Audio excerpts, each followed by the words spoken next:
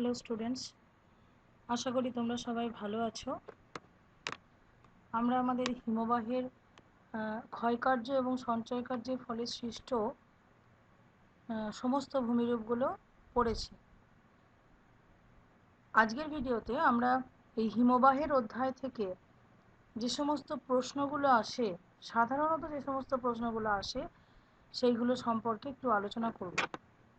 আর তার সাথে সাথে কয়েকটা মডেল উত্তর লিখে দেখিয়ে দেব তোমাদের যে মাধ্যমিকে প্রশ্নের উত্তর কিভাবে টু দি পয়েন্ট দিতে। এখানে আমি কিছু 1 নম্বর, 2 নম্বর ও 5 নম্বরের প্রশ্ন দিয়েছি। তোমরা জানো যে মাধ্যমিকে যে বর্তমানে যে প্রশ্ন যেভাবে আসছে তাতে বেশিরভাগই ছোট প্রশ্ন, অর্থাৎ 1 নম্বরের প্রশ্ন থাকে। তার মধ্যে 1 নম্বরে এক কথায় একটা বাক্যে উত্তর লেখা থাকে, কিছু শুদ্ধ এবং অশুদ্ধ থাকে, কিছু শূন্যস্থান পূরণ থাকে, এছাড়া থাকে তোমাদের কিছু ডান দিক এবং বাম দিকের সঙ্গে মেলানো অর্থাৎ ম্যাচিং ছাক থাকে, এবং বেশ কিছু এমসিকিউ থাকে। তো আমি এখানে এমসিকিউ দিইনি, আমি এখানে তোমাদের কিছু এক কথায় প্রশ্ন, যেমন দেখো, সমুদ্রে ভাসমান বিশাল হিমবাহকে কি বলে? উত্তর তোমরা জানো নিশ্চয়ই, হিমশৈল। কিন্তু তোমরা কখনোই উত্তরটা শুধু হিমশৈল লিখবে না, তোমরা লিখবে পুরোটা বাক্যে, সমুদ্রে ভাসমান বিশাল হিমবাহকে বলে হিমশৈল, এইভাবে। যেমন দেখো 3 নম্বর প্রশ্নে আছে, জলের উপর হিমশৈলের কত অংশ ভেসে থাকে? তোমরা জাস্ট একের নয় এরকম উত্তর লিখবে না, পুরো বাক্যে উত্তর লিখবে। দুটো সার্গের সংযোগস্থলকে কি বলে? এরিটি। উত্তরটা তো এরিটি, শুধু এরিটি লিখবে না, পুরোটা বাক্যে লিখবে, দুটি সার্কের সংযোগস্থল বরাবর গঠিত হয় এরিটি।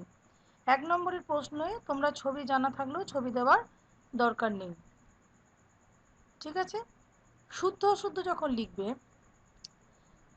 আমরা খাতা দেখার সময় দেখতে পাই তোমরা জাস্ট নাম্বারটা দিয়ে তোমরা লিখে দাও শুদ্ধ, অথবা সু, অথবা একটা টিক চিহ্ন দিয়ে দাও, এইরকম করবে না, পুরো বাক্যে উত্তর লিখবে। যেমন ধরো, ঝুলন্ত উপত্যকার অগ্রভাগে জলপ্রপাত সৃষ্টি হয়, এটা শুদ্ধ। তাহলে 3 নম্বর নাম্বার দিয়ে শুধু শুদ্ধ লিখবে না, পুরোটা লিখবে, ঝুলন্ত উপত্যকার অগ্রভাগে জলপ্রপাত সৃষ্টি হয়, এরপরে একটা ছোট ড্যাশ দিয়ে শুদ্ধ কথাটা লিখবে।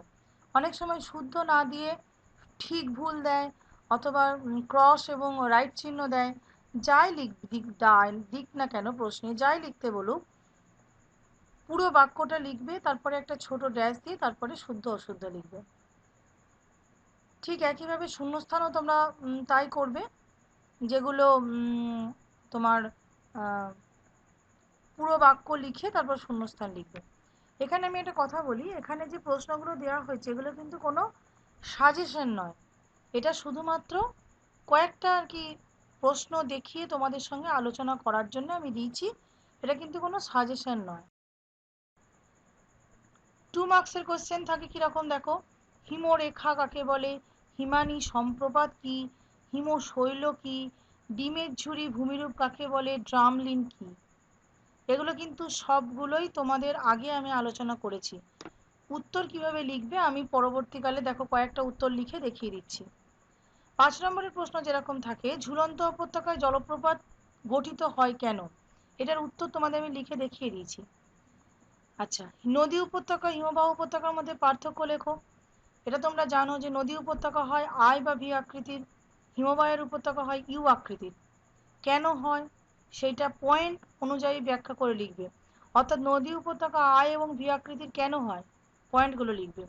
ক্ষয় কেমন হয়, নদীর গতি, নদীর ক্ষমতা, নদীর আকৃতি, সমস্তগুলি ব্যাখ্যা করবে। উল্টো দিকে হিমবাহগুলো, নদীগুলো লেখার পরে হিমবাহগুলো লিখতে পারো, বা পার্থক্য যেভাবে লেখা হয় ডান দিক বাঁ দিক সেভাবে লিখতে পারো। হিমবাহের উপত্যকায় কেমন ক্ষয়কার্য করে, কেন সেটা ইউ আকৃতির হয়, তার আকৃতি, তার ভর, এই সমস্তগুলো আলোচনা করবে। আচ্ছা, তারপরে দেখো দিয়েছে হিমশিরি, এই প্রশ্নটা তোমাদের আমি লিখে দেখিয়েছি। আচ্ছা, হিমবাহের ক্ষয়কার্যের ফলে সৃষ্ট ভূমিরূপের বর্ণনা দাও। এটা তিনটে প্রশ্ন আসে, হয় হিমবাহের ক্ষয়কার্যের ফলে সৃষ্ট ভূমিরূপ, অথবা হিমবাহের সঞ্চয় কার্যের ফলে সৃষ্ট ভূমিরূপ, অথবা দেখো তোমরা 7 নম্বরের প্রশ্ন লিখেছি হিমবাহ এবং জলধারার ফলে মিলিত কাজের ফলে সৃষ্ট ভূমিরূপ।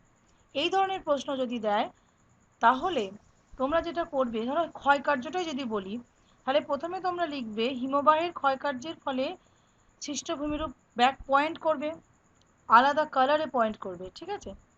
তারপরে তোমরা কি লিখবে, ক্ষয়কার্য বলতে কি বোঝায়, হিমবাহ কোন অঞ্চলে ক্ষয় করে। এরপরে লিখবে, এগুলো পয়েন্ট করে লেখার দরকার নেই, জাস্ট প্রথমে কয়েকটা লাইনে লিখবে। তারপরে লিখবে যে হিমবাহের ক্ষয়কার্য করার পদ্ধতিগুলো। তোমরা জানো অবঘর্ষ ক্ষয়, ঘর্ষণ ক্ষয় আর উৎপাটন ক্ষয়, 3 ধরনের ক্ষয় হয়। তাহলে এই 3টে ক্ষয় যেটা হয়, বিশেষ ব্যাখ্যা কিছু করবে না, জাস্ট একটা করে লাইন লিখে দেবে এই 3টে ক্ষয় কিভাবে হয়। এরপরে যেটা তোমরা করবে, হিমবাহের ক্ষয়ের পয়েন্ট করবে, হিমবাহের ক্ষয়ের ফলে সৃষ্ট ভূমিরূপ পয়েন্ট করবে। পয়েন্ট করে 1 নম্বর 2 নম্বর নিচেই লিখবে, পাশাপাশি 1 নম্বর 2 নম্বর দেবে না, নিচেই 1 নম্বর 2 নম্বর 3 নম্বর করে আমি তোমাদের 9টা ভূমিরূপ দেখিয়েছি, মনে পড়ছে? সেই 9টা ভূমিরূপ পরপর পরপর পয়েন্ট করে, মানে আমি বলতে চাইছি সিরিয়ালি লিখবে, পাশাপাশি লিখবে না, যাতে টিচার যখন খাতা দেখবেন সেটা যেন হাইলাইট হয়, টিচারকে যেন কষ্ট করে দেখতে না হয় যে কটা ভূমিরূপ ওখানে তুমি লিখেছো। একদম 9খানা 8খানা যতগুলো মনে পড়বে ভূমিরূপের নামগুলো লিখবে, হলো। এরপরে পয়েন্ট করবে হিমবাহের ক্ষয়কার্যের ফলে সৃষ্ট ভূমিরূপের বর্ণনা। এইবারে যে তুমি 9খানা ভূমিরূপ লিখেছো তার মধ্যে তুমি 3টে অথবা 4টে, তার বেশি লেখার দরকার নেই, ভালো করে তৈরি করা 3টে অথবা 4টে ভূমিরূপ সুন্দর করে ভালো হ্যান্ডরাইটিং করবে, পয়েন্ট করবে আলাদা কালি দিয়ে। ধরো তুমি লিখছো হিমবাহের ক্ষয়ের ফলে সৃষ্ট ভূমিরূপগুলোর মধ্যে তুমি ধরো লিখছো সার্ক, তাহলে পয়েন্ট করবে সার্ক। সার্ক কিভাবে গঠিত হয়, তার গঠন কি, তার বৈশিষ্ট্য কি, তার উদাহরণ কি, যেভাবে আমি তোমাদের দেখিয়েছি ভিডিওতে, ঠিক সেইভাবে প্রথমে সার্ক কাকে বলে লিখলে, তারপরে তার বৈশিষ্ট্য লিখলে, তার উদাহরণ দিলে, তার ছবি দিলে, এইভাবেই 3টে অথবা 4টে ভূমিরূপ লিখলে। বোঝা গেল? এইভাবে কিন্তু ক্ষয়ের ফলে সৃষ্ট ভূমিরূপ লিখবে, এইভাবে সঞ্চয় কার্যের ফলে সৃষ্ট ভূমিরূপ লিখবে, ঠিক এইভাবেই হিমবাহ এবং জলধারার মিলিত কাজের ফলে সৃষ্ট ভূমিরূপ। এখানে আমি বলি আলাদা করে জলধারা এবং হিমবাহের কাজের ফলে সৃষ্ট ভূমিরূপ কিন্তু আমি কোনো তোমাদের বলিনি। এগুলো কোনগুলো হবে, যেগুলো জল এবং হিমবাহ একসাথে কাজ করে। যেমন ধরো আউটওয়াশ প্লেন, হিমবাহ একা তৈরি করতে পারে না, হিমবাহ গলে গেলে সেখান থেকে নদী তৈরি হয়, নদীরও কিছু অ্যাক্টিভিটিস আছে তবে তৈরি হয়। তারপরে ধরো তোমার এরিটি, ঠিক আছে, তারপরে তোমার ফিয়র্ড, তারপরে তোমার এসকার, সরি এরিটি নয়, সরি এসকার, তারপরে তোমার ফিয়র্ড, তারপরে ড্রামলিং, এইগুলো সব কিন্তু তোমার হিমবাহ এবং জলধারার মিলিত কাজের ফলে সৃষ্ট ভূমিরূপ। এগুলোও ঠিক একইভাবে কি কি হবে পয়েন্ট করে লিখবে। তারপরে যে কোনো 3টে বা 4টে তোমরা ঠিক যেভাবে বললাম, প্রথমে সংজ্ঞা হবে, তারপরে বৈশিষ্ট্য হবে, তারপরে উদাহরণ হবে, তারপরে ছবি হবে, এইভাবে কিন্তু ব্যাখ্যা করবে। এখানে আমি তোমাদের কিছু মডেল কোয়েশ্চেন আনসার লিখে দিয়েছি। আমি কিন্তু বারবার বলছি এগুলো কোনো সাজেশন নয়, আমি just to the point answer কিভাবে লিখতে হয় সেইগুলো দেখাবার জন্য দিয়েছি। হিমরেখা আগে বলেছি, তোমরা পড়বে বুঝতে পারবে। আইস সেলফ, এইটা তোমাদের নতুন জিনিস, আগের দেখায়নি। আইস সেলফ কি, যখন আন্টার্কটিকা মহাদেশে উপকূলে অর্থাৎ সমুদ্রের কাছাকাছি অংশে যখন বরফের হিমবাহটা একটা পাতের মতো দেখতে পাওয়া যায়, তখন তাকে বলা হচ্ছে আইস সেলফ, জাস্ট একটা পাতের মতো, এটা কোনো উঁচু অংশ হয় না, বুঝতে পারলে। হিমযুগ, হিমযুগ বর্তমান সময় থেকে 50 লক্ষ বছর আগে প্লিস্টোসিন উপযুগে পৃথিবীর অধিকাংশ স্থান বরফে আবৃত ছিল, এই সময়কে হিমযুগ বলে। আর দুটি হিমযুগের মধ্যবর্তী সময়কে অন্তর্বর্তী হিমযুগ বলে। আমি তোমাদের যেটা বলতে চাইছি সেটা হচ্ছে যখন আনসার লিখবে, ছোট প্রশ্ন হোক বড় প্রশ্ন হোক, টু দি পয়েন্ট আনসার লিখবে। সেখানে বেশি কথা লেখার কোনো প্রয়োজন নেই। যদি না জানো উল্টোপাল্টা লিখে ভর্তি করবে না, জাস্ট যেটুকুনি জানো সুন্দর করে গুছিয়ে লিখবে। বেশি লেখার দরকার নেই, ছোট হোক জিনিসটা যেন জিস্ট হয়, টু দি পয়েন্ট হয়। নেভে ও ফার্ন কি? এটা খুব গুরুত্বপূর্ণ একটা শর্ট প্রশ্ন। এটা কিছুই না, যে বরফ পড়ছে, হিমবাহ তো বরফের চাই, তাহলে যে বরফ পড়ছে বা যেটা তুষার একদম হালকা পেঁজা তুলোর মতো থাকে এদেরকে বলছে নেভে। নেভে এবং ফার্ন এদের শুধুমাত্র এদের আয়তনের জন্য বিভিন্ন নাম হয়েছে, ঘনত্বের জন্য। নেভের ঘনত্ব হচ্ছে 0.06 থেকে 0.16 সেন্টিমিটার হয়েছে, আর ফার্নের ঘনত্ব হচ্ছে 0.72 থেকে 0.9 সেন্টিমিটার। অর্থাৎ নেভে তুষার হচ্ছে অনেক ছোট, আর ফার্ন হচ্ছে তার থেকে একটু বড়। হিমানি সম্প্রপাত। হিমানি সম্প্রপাতটা কি না, যখন পাহাড়ের গা থেকে বা পর্বতের গা থেকে বরফের চাই অত্যন্ত দ্রুত গতিতে নিচে নেমে আসে, তখন তাকে বলা হচ্ছে হিমানি সম্প্রপাত। ঠিক আছে, এটা হচ্ছে আমলক তল। যখন পর্বত গাত্রে হিমবাহের দ্বারা আঁচড় কাটা দাগ পড়ে, তখন সেই তলটাকে, অর্থাৎ তল মানে হচ্ছে পর্বত গাত্রটাকে, তখন তাকে বলা হচ্ছে আমলক তল। এগুলো একটু আনকমন কোয়েশ্চেন বলে আমি দেওয়ার চেষ্টা করেছি। হিমশিরি আমি তোমাদের ব্যাখ্যা করে লিখিয়েছি। নুনাটক্স এটাও তোমাদের আগে ব্যাখ্যা করেছি। ড্রামলিন আগে ব্যাখ্যা করেছি। বহিঃপ্রদত্ত সমভূমি এটাও আগে দিয়েছি। এগুলো কিন্তু দেখো, যদি ড্রামলিন 2 নম্বরের জন্য আসে তোমরা এইটুকুনি লিখবে, কিন্তু যদি ড্রামলিন তোমরা হিমবাহের ক্ষয়কার্যের ফলে সৃষ্ট ভূমিরূপে বা বহিঃপ্রদত্ত সমভূমিটা তোমরা হিমবাহের সঞ্চয়কার্যের ফলে সৃষ্ট ভূমিরূপে লেখো, তাহলে কিন্তু এত ছোট করে লিখলে হবে না। এইগুলো লিখবে, তারপরে তার বৈশিষ্ট্য দিতে হবে, তার উদাহরণ দিতে হবে, তার ছবি দিতে হবে। এগুলো 2 নম্বরের বলে আমি ছোট ছোট করে লিখে দেখিয়েছি, বুঝতে পারলে? ঝুলন্ত উপত্যকায় জলপ্রপাত কেন সৃষ্টি হয়?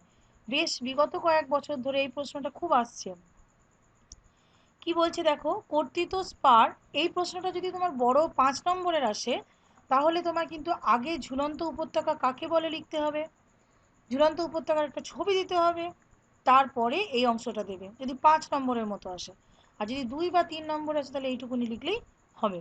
কি বলছে, কর্তৃত্ব স্পার বরাবর মূল হিমবাহের গভীর উপত্যকা এবং উপহিমবাহের দ্বারা গঠিত অগভীর উপত্যকার মধ্যে যে উচ্চতার পার্থক্য হয়, তার জন্য জলপ্রপাত সৃষ্টি হয়। মনে পড়ছে ঝুলন্ত উপত্যকার ছবিটা? উঁচুতে থাকছে ছোট উপহিমবাহটার উপত্যকা, আর মূল হিমবাহের উপত্যকাটা অনেক গভীর থাকছে।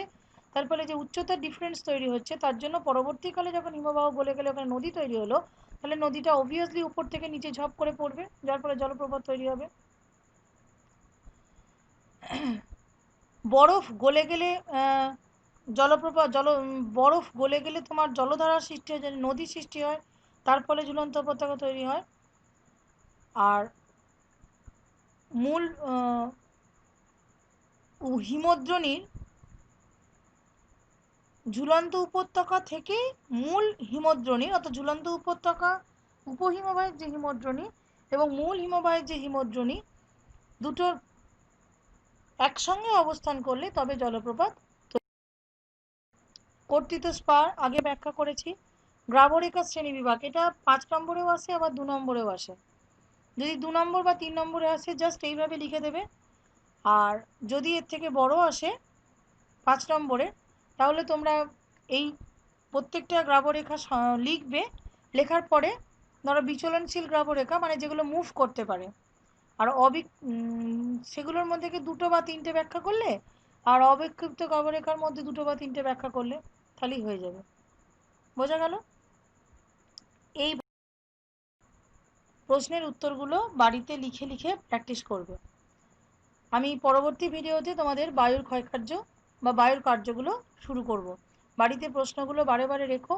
আমি কয়েকটা সাজেস্টিভ প্রশ্ন দিয়েছি, তোমাদের কাছে আরও অনেক বই থাকবে, বিভিন্ন জায়গা থেকে প্রশ্ন কালেক্ট করো এবং লেখার চেষ্টা করো, বারে বারে লেখো, না হলে কিন্তু লেখার অভ্যাসটা তৈরি হবে না। বাড়িতে পড়তে থাকো, বাড়িতেই থাকো, সুস্থ থাকো, ভালো থাকো।